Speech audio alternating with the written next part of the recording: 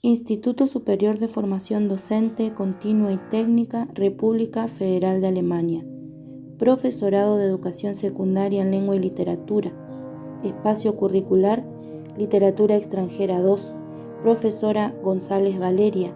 Alumnas Cáneva Micaela, Martínez Mirta, Villalba Mayra. Curso cuarto año. Ciclo lectivo 2020.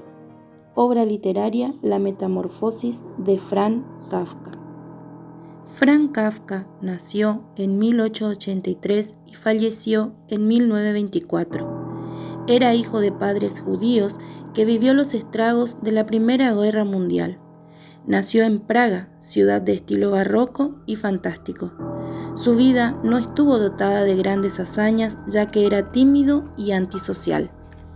Su padre ejercía un control absoluto sobre él, alejándolo así del placer por la literatura. Bajo esta figura patriarcal, el poeta se sintió aislado de la sociedad y jamás pudo reponerse. Por insistencia del padre, estudió abogacía y fue asesor jurídico en una compañía de seguros. Estudiaba y escribía de noche. A muy temprana edad contrae tuberculosis y fallece el 3 de junio en Viena. Sus obras en prosa poseen claridad, elegancia, precisión y objetividad, características que lo han colocado en uno de los prosistas más prestigiosos de Alemania. La obra fue publicada en el año 1915. El autor relató la condición del individuo moderno, es decir, del europeo del siglo XX, quien vivía en una sociedad en constante crecimiento, pasaba por cambios drásticos en su ciudad, en sus relaciones personales y en su ser. La sociedad estaba pasando por varios cambios debido a la industrialización, la sobrepoblación y la Primera Guerra Mundial, la cual causó mucha violencia y caos, como así también crisis económica, particularmente en la República Checa, de donde Franz Kafka era originario.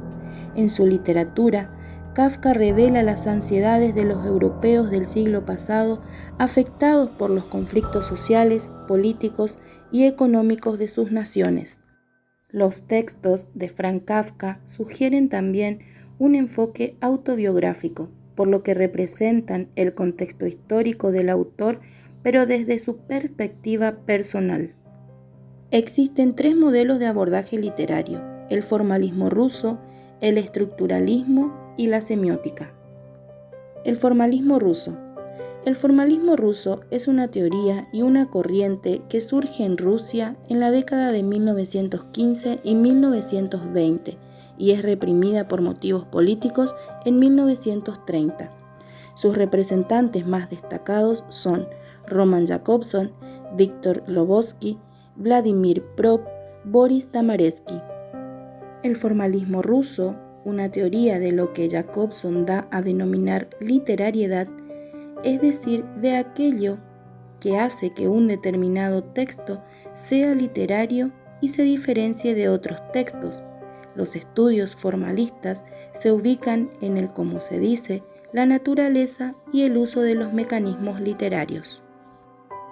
Dentro del formalismo ruso encontramos una situación inicial que es de carácter introductorio, donde se presenta el protagonista, la familia, el lugar, etc. Por ejemplo, cuando Gregorio Samsa se despertó una mañana, se descubrió a sí mismo transfigurado en un gigantesco insecto. También encontramos la prohibición, que se centra en disponer de limitaciones en la realización de determinadas acciones. Gregorio se negaba a sí mismo y no se aceptaba como tal. Por eso, durante todo el tiempo que la hermana permanecía en su habitación, él temblaba debajo de la cama y no dejaba que ella le viera. La transgresión es de qué manera se corrompe o se viola lo prohibido. En este caso, sucede cuando Gregorio se deja ver por su madre. Ella pudo ver aquella masa enorme y negruzca. Gritó con voz ronca: «¡Dios mío!» y se desplomó. El engaño. El engaño es la acción o conjunto de palabras con que se engaña a alguien o se hace creer algo que no es verdad. Por ejemplo, habían caído en la cuenta de que habían estado conviviendo con un ser como Gregorio. También encontramos el protagonista. El protagonista es el personaje principal, en este caso Gregorio Kamsa. El antagonista es el que impide que el protagonista obtenga su objeto de deseo, en este caso el padre. El auxiliar es la persona que ayuda al personaje principal a obtener lo deseado. En la obra se presenta como la madre. Y el objeto de deseo es la finalidad u objeto que persigue el protagonista, que es, en este caso, volver a la normalidad. El estructuralismo es una tendencia crítica que alcanza su apogeo alrededor de los años 60. Este modelo de abordaje, este tipo de análisis, tiene como algunos de sus representantes a Ferdinand de Saussure, Greimas, Barthes y Genet. La macroestructura es el asunto o el tema global del texto. En el caso de la obra La Metamorfosis, el tema global es la transformación de Gregorio Samsa, el protagonista de la obra, en un monstruoso insecto y el drama familiar que ocasiona este acontecimiento. El discurso además posee una superestructura, que es la estructura formal que representa las partes en que se organiza el contenido de un discurso. En La Metamorfosis podemos observar que tiene 3 partes, 3 capítulos, carentes de nombre. En el capítulo primero, Gregorio despierta y descubre que se ha transformado en insecto. En el segundo capítulo, los familiares del protagonista no saben cómo hacer frente a la nueva situación, ante la transformación de Gregorio. Y en el capítulo tercero, la economía familiar se ve amenazada debido al estado de Gregorio. En todo relato se interrelacionan 2 niveles de realidad, 2 maneras diferentes de mirar el texto. La historia, lo que sucedió, que es el argumento lógico de los acontecimientos, y el discurso, el cómo se narra.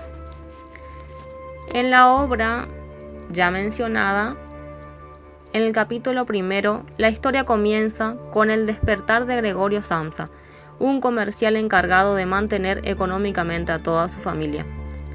El protagonista amanece con la sensación de haber tenido un sueño intranquilo. Poco a poco va descubriendo su transformación en un insecto.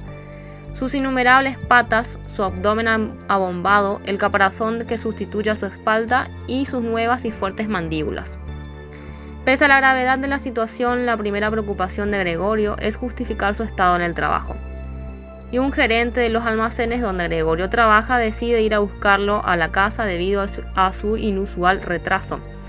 El protagonista hace un gran esfuerzo por abrir la puerta y entonces su familia se percata de su nueva forma, la de un enorme escarabajo. En el capítulo segundo, al principio, los familiares del protagonista no saben cómo hacer frente a la nueva situación. Su padre se enfada y lo desprecia. Sin embargo, su hermana Grete, la cual siente gran cariño por Gregorio, se apiada de él y se encarga de alimentarlo y cuidarlo. Después de limpiar su habitación durante un tiempo, su hermana comienza a repudiarlo. En otra ocasión, su madre se desmaya al verlo. Entonces, su padre culpa al escarabajo de lo sucedido y le lanza manzanas para acribillarle. En el capítulo tercero y último, la economía familiar se ve amenazada y afectada debido al estado de Gregorio. Entonces, sus miembros tienen que realizar algunos ajustes.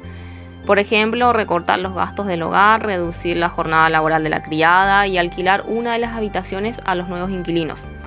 Pero la situación con los inquilinos genera conflictos en el hogar porque estos inquilinos son muy exigentes con la limpieza y la familia intentará mantener a Gregorio en secreto debido a su estado. El otro nivel de realidad o la otra manera de mirar el texto es el discurso, que es el cómo se narra.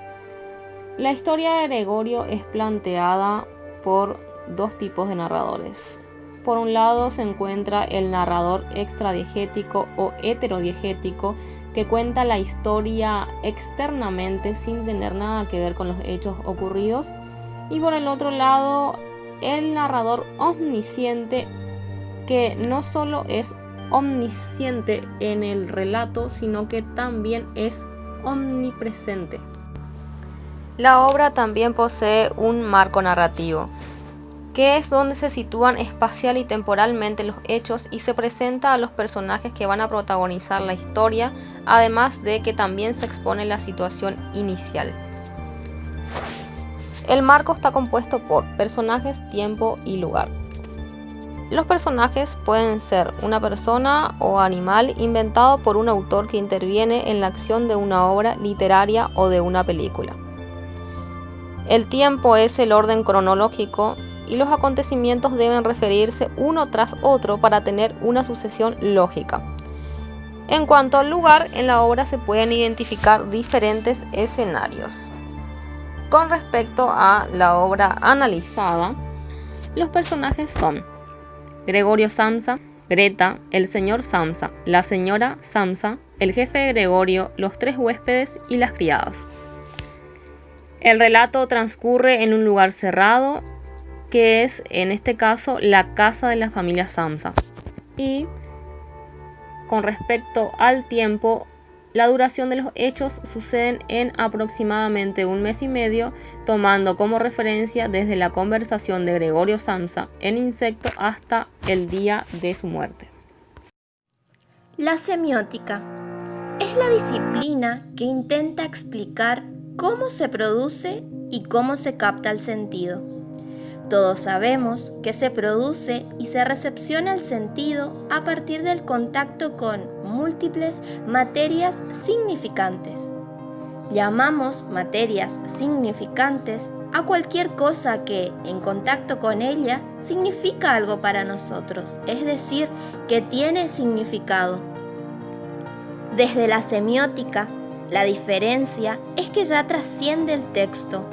No se queda solo dentro del texto, sino sobre los significados que se construyen a partir de la interacción del texto con el lector. Y a partir de ello surgen otros tipos de estudios, porque ya no se estudia lo que se puede marcar y lo que está explícito, o lo que es rastreable en el texto con análisis, sino trasciende por fuera del texto y procede de los sentidos que reconstruye el lector. Todas las corrientes después de 1960 tienen esa particularidad, que van más allá del texto.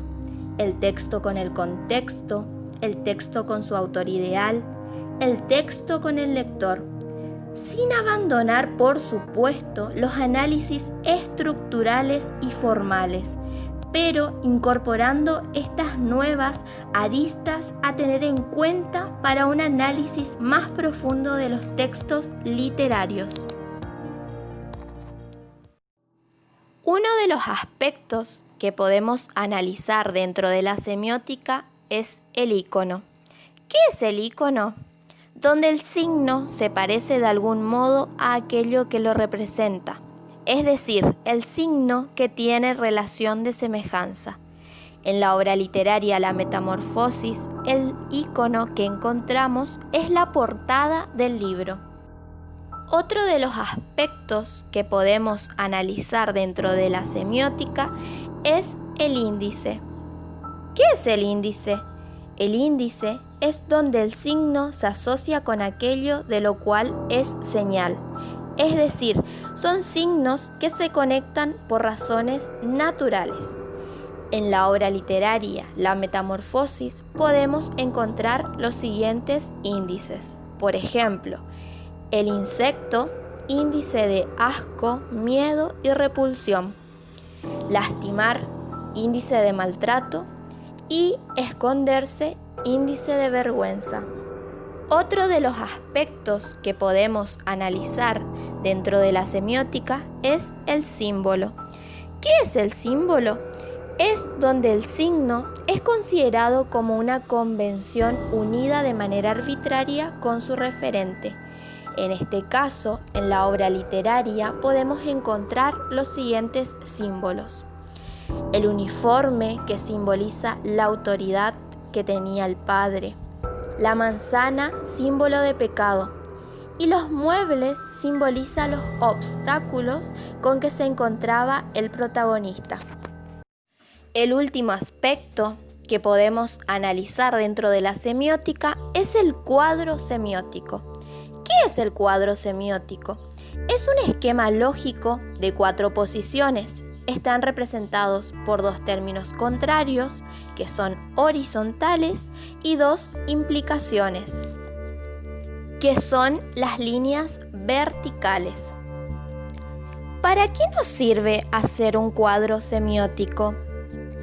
Para entender mejor la obra, para explicitar cómo se organiza la síntesis del relato en el texto narrativo.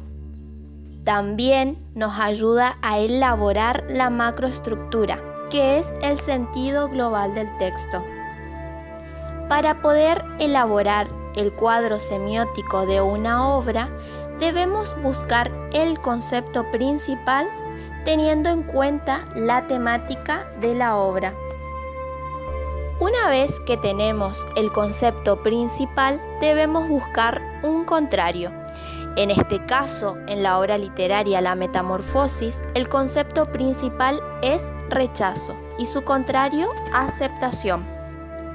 A su vez, debemos buscar 2 subcontrarios, que en este caso serían no aceptación y no rechazo. Estos subcontrarios nos llevan a las implicaciones y las implicaciones nos llevan a una relación lógica. ¿Por qué? Porque si decimos no rechazo, es lógico que va a haber una aceptación. Si decimos no aceptación, es lógico que va a haber un rechazo. Las líneas diagonales que son contradictorios no pueden coexistir. ¿Por qué? Porque si decimos rechazo, nos contradecimos al decir no rechazo.